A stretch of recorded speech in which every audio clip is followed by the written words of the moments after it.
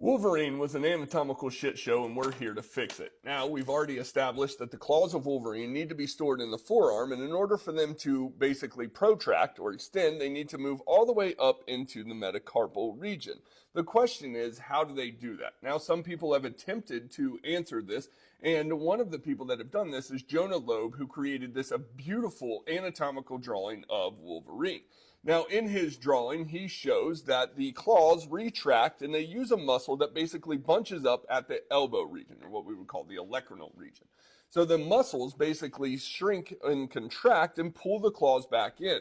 That's a beautiful example of how the claws would retract. The question is, how do they protract? Now, in Jonah Loeb's example, he basically says that the muscles lengthen and the claws shoot out like a piston. And it's that piston terminology that led me to believe that they work maybe like the penis bone or baculum. Because when muscles contract, they shorten and they pull two things together or closer together, like shown in this image. Muscles can't lengthen and actually shoot things out or extend things. Now, if we want the things to sort of protract, we can use some anatomical variation that is found in nature. And if we want it to be ballistic in nature, rather than a clawrection from the penis bone, we can use some ballistic anatomy found in nature, and we need look no farther than tongues, because tongues can be ballistic. And some of the world's fastest tongues found in salamanders. Now, salamander tongues are ballistic. They shoot out. So do chameleon tongues. But the way that chameleon tongues work is a little bit different than salamander tongues.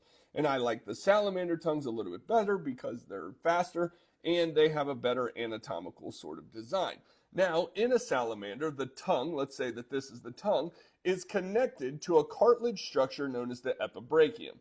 Now, the epibrachium is a cartilage structure that looks sort of like this, and there's muscle that wraps around the edges or the sides of it. And when the muscles contract, they basically squeeze on that epibrachium and boom, it shoots forward. And that's how the tongue shoots forward. And you can see that in this video here.